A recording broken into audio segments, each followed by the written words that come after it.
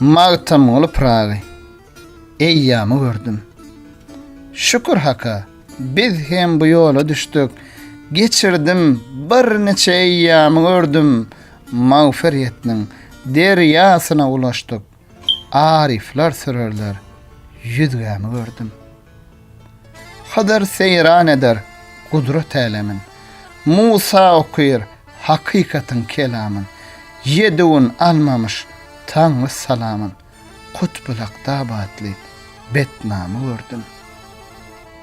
Täze tavan olan ömrüm çırağı. Kış hazanı degse, görmez bağı. Göz eylep karşıda bir neçe sakı, her bir oynadar, yüz camı gördüm. Yığladım, yıkıldım, tuttum elini.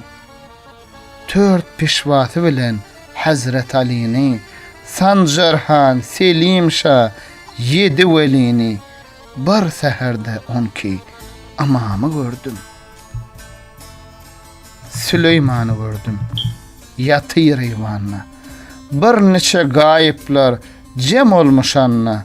Gulzum deryasına, düyüpsüz ummanına. Ali hatam salan lecamı gördüm. Karun bu dünyanı Allah mal bilen, iblis asi bollu, gelmez yol bilen.